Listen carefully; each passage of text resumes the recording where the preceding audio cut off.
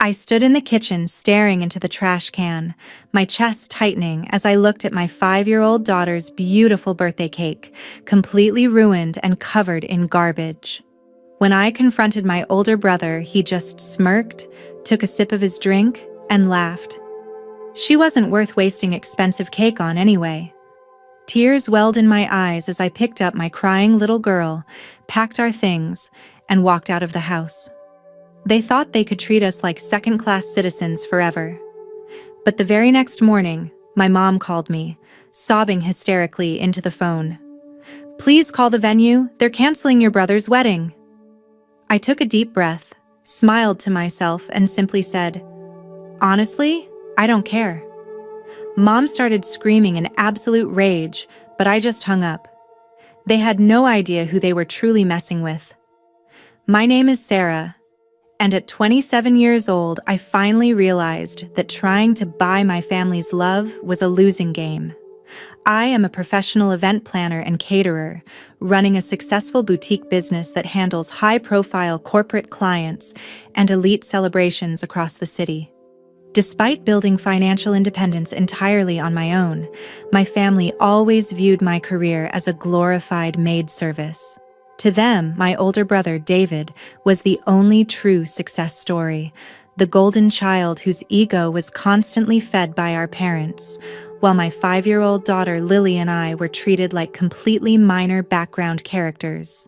Before I reveal how his arrogant world came crashing down around him, I have a quick question for you. Follow my story until the very end and comment the city or country you are watching from right now.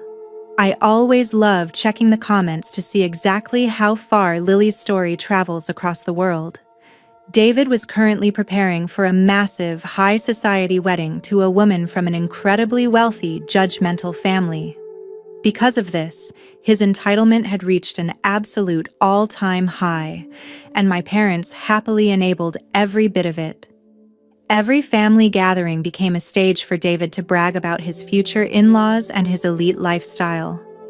I kept my head down, focusing entirely on my beautiful daughter and my business, completely unaware that David's desperate need to be the center of attention would lead him to commit an act of pure, unforgivable cruelty. It was Saturday afternoon, and I was hosting a small 5th birthday party for Lily in my parents' backyard, trying to keep things simple and joyful for her. I had spent the previous night baking a beautiful 2-tier custom princess cake, complete with intricate sugar flowers that matched her favorite fairy tale book. Halfway through the party, David arrived unannounced, clearly irritated that the family's attention was focused on my daughter rather than his upcoming wedding plans.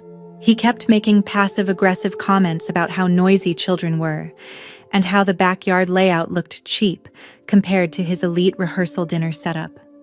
When it was time to sing, I walked into the kitchen to grab the lighter, leaving the cake on the counter for just a brief moment. When I walked back in, I froze in absolute horror. Lily's beautiful cake was sitting right at the bottom of the kitchen trash can, completely smashed beneath coffee grounds and leftover food wrappers. David was standing right next to the counter, casually taking a sip of his drink with a smug smirk plastered across his face. When I demanded to know why he would do something so incredibly malicious to his own niece, he didn't even blink.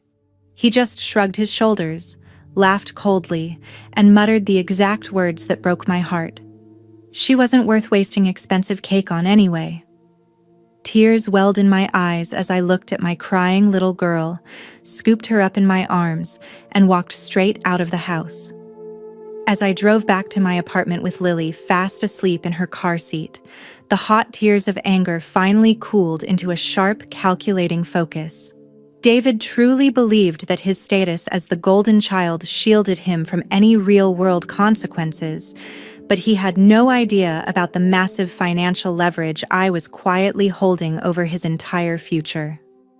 The prestigious, high-end country club venue that he and his wealthy fiancée had booked for their high-society wedding happened to be owned by one of my most loyal, long-term corporate catering clients.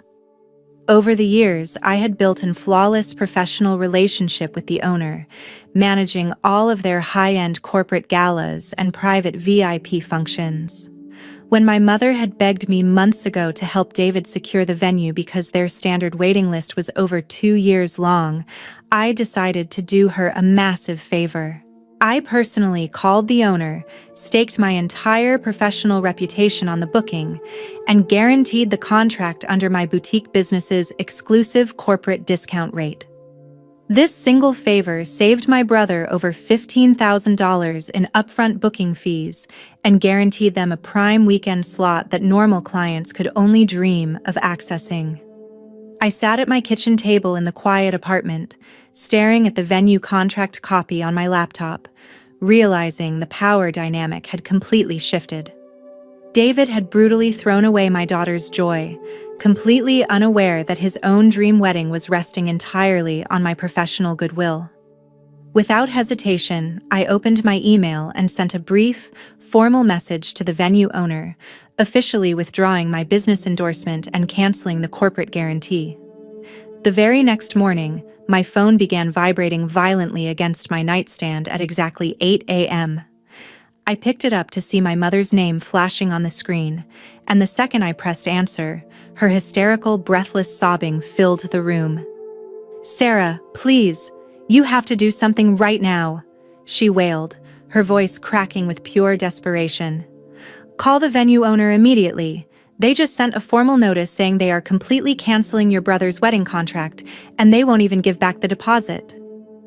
I took a slow, deep breath, leaned back against my pillows, and allowed a calm, steady smile to spread across my face.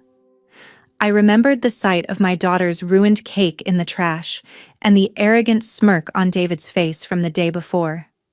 I cleared my throat and simply said, "Honestly, I don't care." The line went dead silent for a single second before my mother started screaming in an absolute, unbridled panic, accusing me of destroying the family name and ruining her golden boy's life over a silly little birthday mistake. I didn't say another word. I just quietly hung up on her. Before I tell you how David reacted when he realized his high society future was evaporating, I need to ask you a question. If someone intentionally broke your innocent child's heart, would you save their wedding just to keep the family peace, or would you stand your ground and let it burn? Let me know your honest thoughts in the comments below.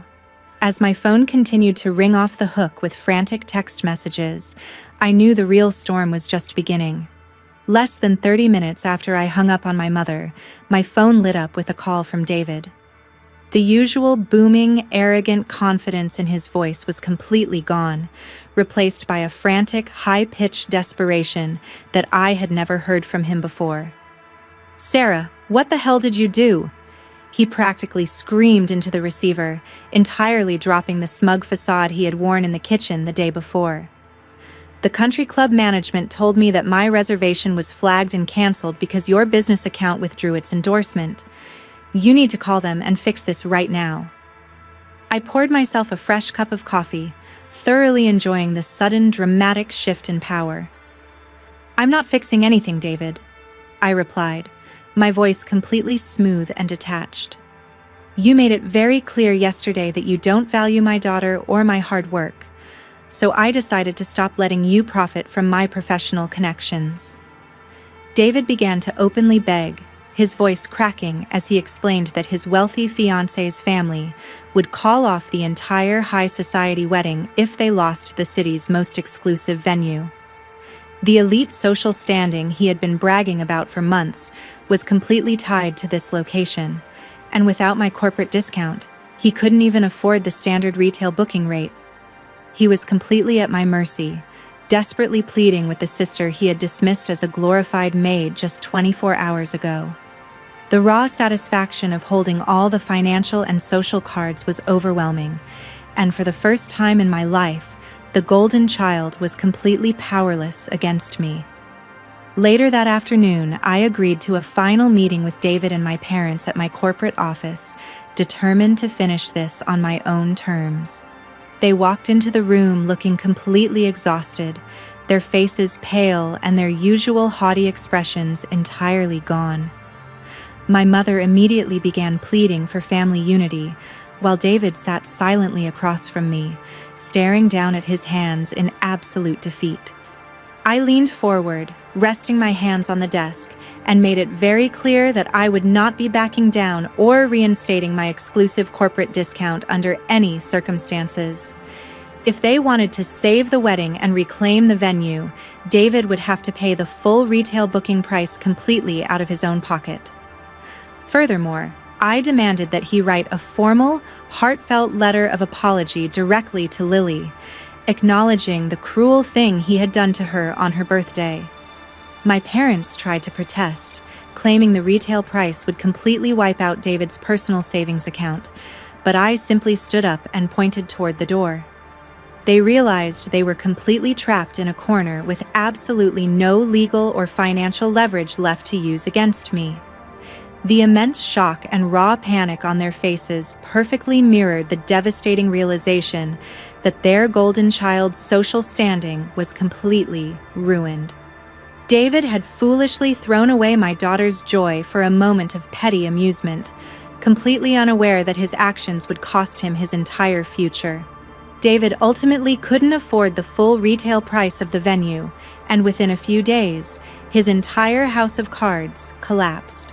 When his wealthy fiancée and her judgmental family found out that the exclusive booking was canceled due to his petty, malicious behavior toward his own 5-year-old niece, they called off the wedding entirely. The fiancée packed her bags, leaving David completely humiliated, broke, and stuck dealing with the massive social fallout alone. My parents tried to blame me for the disaster, but I immediately blocked their numbers and cut off all contact with my toxic relatives for good. I focused all my energy on my boutique business, which quickly doubled its profits over the next few months. With my new financial freedom, I rented out a gorgeous indoor play park and threw a massive, spectacular second birthday celebration for Lily. She got to blow out the candles on a beautiful 3-tier castle cake surrounded by people who actually cherished her. What would you have done if you were standing in my shoes on that afternoon?